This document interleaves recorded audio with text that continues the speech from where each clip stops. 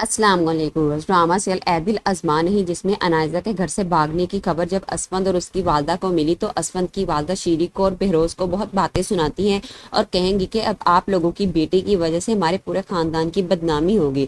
اگر وہ شارق کو پسند کرتی تھی تو اس کا رشتہ اسفند کے ساتھ کرنے کی کیا ضرورت تھی۔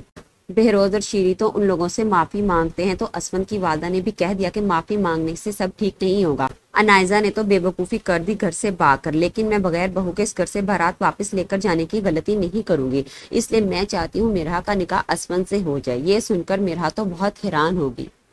اسفند تو انکار کرے گا لیکن اس کی والدہ سے مجبور کر کے زبردستی اس کا نکاح میرا سے کروا دیں گی۔ اسفند تو اس زبردستی کی شادی سے بالکل بھی خوش نہیں ہے کیونکہ اس نے کبھی میرا کے ساتھ شادی کرنے کے بارے میں نہیں سوچا۔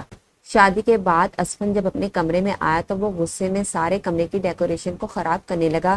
میرا تو ڈر جائے گی اور اسفند سے کہتی ہے کہ اب یہ سب کرنے کا کیا فائدہ۔ اس دن جب انائزہ نے مجھ پر الزام لگایا تھا میں نے آپ سب سے کہا تھا کہ شارق مجھ سے ملنے نہیں بلکہ انائزہ سے ملنے آیا ہے، تو آپ میں سے کسی نے میری بات پر یقین نہیں کیا تھا۔ تو شاید اسفند میرا سے معافی مانگے اور کہے کہ میں جانتا ہوں میری طرح تمہیں بھی اس نکاح کے لیے زبردستی منایا گیا ہے، ہم دونوں ایک دوسرے سے شادی نہیں کرنا چاہتے تھے لیکن گھر والوں کی عزت بچانے کی خاطر ہمیں اتنا بڑا قدم اٹھانا پڑا۔ تم فکر مت کرو، بہت جلد ہم الگ ہو جائیں گے۔ یہ سن کر میرا ڈر گئی کیونکہ وہ تو چاہتی تھی کہ اس کی شادی اسفند سے ہو جائے کیونکہ وہ تو اس سے محبت کرتی ہے۔ اب ایک ساتھ رہتے رہتے آہستہ آہستہ اسفند کو میرا کی عادت ہو جائے گی اور پھر اس سے محبت بھی ہو جائے گی۔